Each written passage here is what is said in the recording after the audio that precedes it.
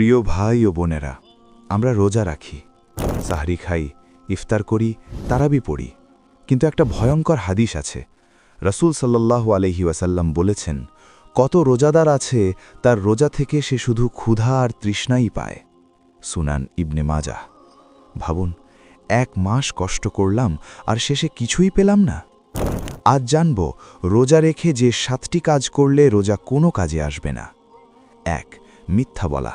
রাসূল সাল্লাল্লাহু আলাইহি ওয়াসাল্লাম বলেছেন, যে ব্যক্তি মিথ্যা কথা ও মন্দ কাজ ত্যাগ করে না, তার পান আহার ত্যাগ করার কোনো প্রয়োজন আল্লাহ নেই। সহিহ বুখারী। দোস্ত, রোজা রেখে যদি মিথ্যা বলি, তাহলে রোজার আসল উদ্দেশ্য নষ্ট হয়ে যায়।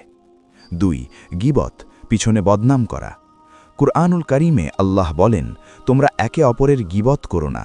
তোমাদের কেউ কি তার মৃত ভাইয়ের গোশত খেতে পছন্দ করবে? সূরা হুজুরাত 12।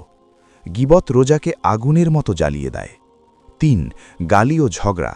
রাসূল সাল্লাল্লাহু আলাইহি ওয়াসাল্লাম বলেছেন, যখন তোমাদের কেউ রোজা রাখবে, সে যেন অশ্লীল কথা না বলে, ঝগড়া না করে। কেউ ঝগড়া করতে এলে বলবে, আমি রোজাদার। সহিহ বুখারী ও মুসলিম।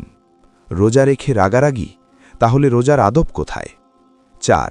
হারাম দৃষ্টিতে তাকানো। রোজা শুধু পেটের না, চোখেরও রোজা আছে।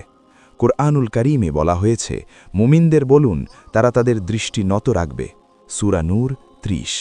মোবাইলের স্ক্রিন রোজা ভাঙে না, কিন্তু সওয়াব পুড়িয়ে দেয়। 5. সুদ ও হারাম আয়। রোজা রেখে যদি হারাম আয় হয়, তাহলে দোয়া কবুল হবে কিভাবে? হারাম খাবার দিয়ে ইফতার, এটা বড় ভয়ঙ্কর বিষয়। 6. নামাজ ছেড়ে দেওয়া। রোজা রাখলাম, কিন্তু 5 ওয়াক্ত নামাজ ঠিক নেই। রোজা ফরজ, নামাজও ফরজ। একটা রেখে আরেকটা ছেড়ে দিলে পূর্ণ ইবাদত হয় না। 7. গান, অশ্লীলতা ও সময় নষ্ট। দিনে রোজা, রাতে সিরিজ, গান, অশ্লীল ভিডিও। রমজান কুরআনের মাস, হৃদয় যদি দুনিয়ার শব্দে ভরা থাকে, তাহলে নূর ঢুকবে কিভাবে? দোস্ত, রোজা শুধু না খাওয়ার নাম না, রোজা হলো নিজেকে বদলে ফেলার ট্রেনিং। যদি এই 7টি কাজ না ছাড়ি, তাহলে রোজা শুধু ক্ষুধা আর তৃষ্ণা হয়ে থাকবে।